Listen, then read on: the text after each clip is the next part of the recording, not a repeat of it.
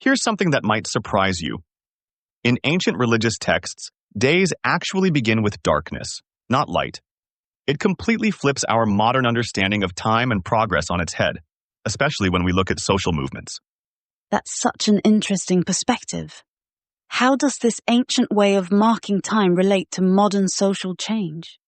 Well, if we look at the LGBTQ+ inclusion movement in religious spaces, it follows this same pattern. Evening into morning, darkness into light. Take the 1970s Kiss In protesters, for example. They were like the first stars appearing in a dark sky, risking everything to be visible. So these early activists were really laying the groundwork during what you might call the evening phase. Exactly. And you know what's fascinating? These protesters were like wildflowers breaking through concrete, completely unplanned and defiant.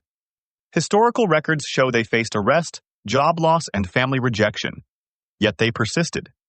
Their actions scattered seeds of change that would take decades to fully bloom. That's really powerful. How did religious institutions initially respond to these early demonstrations? Well, most responded with resistance or silence. But here's where it gets interesting. By 2013, we see this dramatic shift when Pope Francis made his "Who am I to judge?"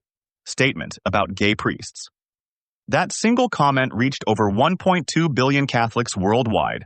So we're seeing this progression from grassroots protest to institutional change.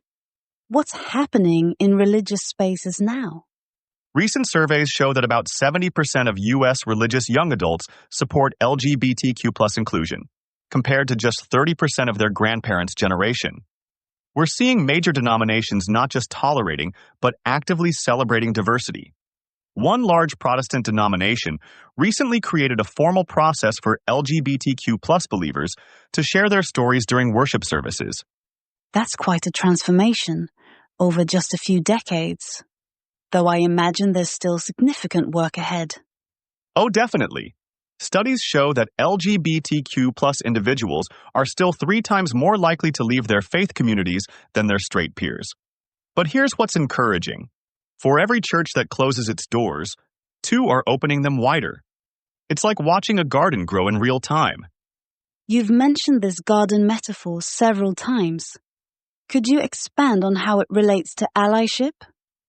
Think of it this way. In a garden, you need both wild and cultivated spaces. Sometimes allies need to be like those early wildflowers, speaking up in unexpected places. Other times, we need to be careful gardeners, creating safe spaces for growth. Recent research shows that LGBTQ+ youth with supportive adult allies are 40% less likely to experience depression. That's a significant statistic. What are some practical ways you've seen this support manifested? One fascinating example is an interfaith initiative that's created intergenerational dialogue spaces. They pair LGBTQ+ youth with older religious leaders for regular conversations about faith and identity. The program has seen an 85% positive impact rate in changing attitudes and building understanding. How do you see this evolution continuing in the future? Well, demographic trends suggest that by 2030, the majority of religious communities will have explicit LGBTQ+ inclusive policies. But what's really interesting is how this change happens. Not through sudden transformation, but through steady cycles of evening and morning, just like those ancient texts describe. That brings us full circle to where we started, with that pattern of patient progress over time. Yes, and here's what I find most hopeful. Each generation builds on the work of those who came before. Those early protesters couldn't have imagined today's inclusive congregations, just like we can't fully see what's coming next. But we can keep tending the garden, knowing that every evening eventually gives way to morning.